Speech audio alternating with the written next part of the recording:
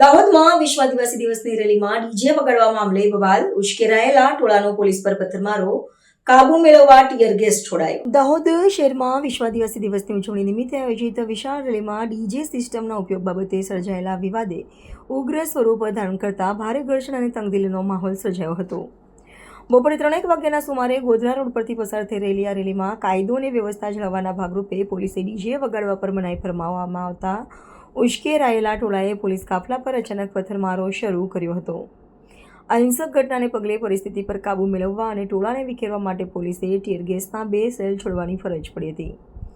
પ્રાપ્ત વિગત અનુસાર વહીવટીતંત્રના જાહેરનામા અને નિયમોના પાલન અર્થે ફરજ પર હાજર પોલીસ કર્મીઓએ રેલીમાં ડીજેના ઉપયોગ અંગે રોક લગાવતા કેટલાક યુવાનો સાથે ઉગ્ર શાબ્દિક ટપાટપી થઈ હતી.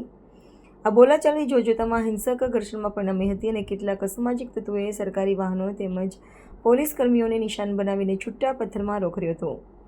અણધાર્યા હુમલામાં કેટલાક પોલીસ જવાનોને સામાન્ય ઇજાઓ પહોંચી હતી, જેના કારણે ઘટના સ્થળે થોડા સમય માટે ભારે અફરાતફરી અને અરાજકતાનો માહોલ છવાઈ ગયો હતો.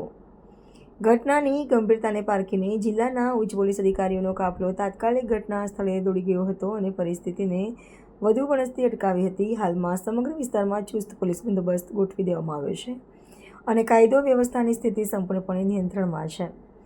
ઉપરાંત સરકારી ફરજમાં રૂકાવટ ઊભી કરી કાયદો હાથમાં લેનાર અને પોલીસ પર જીવલેણ હુમલો કરનાર 5 થી 7 જેટલા ઉપદ્રવી તત્વોની પ્રાથમિક ઓળખ કરી લેવામાં આવી છે, જેમની સામે કડક કાયદેસરની કાર્યવાહી હાથ ધરવામાં આવી રહી છે. વિશ્વ આદિવાસી દિવસ નિમિત્તે આદિવાસી સમાજના આગેવાનો દ્વારા દાહોદ શહેરની અંદર 2 રૂટ ઉપર રેલીનું આયોજન કરવામાં આવ્યું હતું અને બંનેની મંજૂરી મેળવવામાં આવી હતી. ગોધરા રોડ અને જાલોદ રોડ, જેમાં ગોધરા રોડ ઉપર ગોધરા જે પોલીસ ચોકી છે ત્યાંથી અને જાલોદ રોડ પર નવજીવન કોલેજથી આ બંને રૂટની રેલી 12 વાગ્યા આસપાસ પૂજાવિધિ કરવામાં આવી હતી અને પૂજાવિધિ કર્યા બાદ બંને રૂટ પર રેલી રવાના થઈ હતી.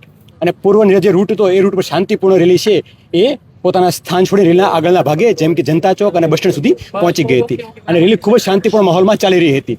આ દરમિયાન આ સમગ્ર રેલી અડધો રૂટ પસાર થયા પછી દાહોદના ગોધરા રોડના જે મુવાલિયા ક્રોસિંગ વિસ્તાર છે એ વિસ્તારની અંદર આમ આદમી પાર્ટીના અમુક નેતાઓ અને અમુક લોકોએ પોતાની પ્રાઇવેટ ગાડી દ્વારા અને ડીજે દ્વારા રસ્તો બ્લોક કર્યો હતો.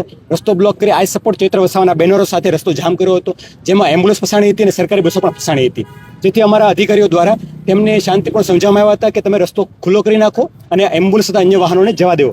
ત્યાં છતાં પણ લોકો નહીં સમજતા. અમને જાણ થઈ હતી, અમે અન્ય અમારી ટીમો છે એ સ્થળ પર પહોંચી હતી અને લોકોને વારંવાર સમજાવી કે સાંસ્કૃતિક રેલી છે, એ રેલી છે ઓલરેડી અડધો પસાર થઈ ગયો છે, આપની કોઈ મંજૂરી પણ થતા પણ તમે જામ કરી રહ્યા છો, તો રસ્તો છે ખુલ્લો મૂકી દો અને એમ્બ્યુલન્સ તથા અન્ય વાહનો જવા આવવા માટે નહીં તમે એલાવ કરો.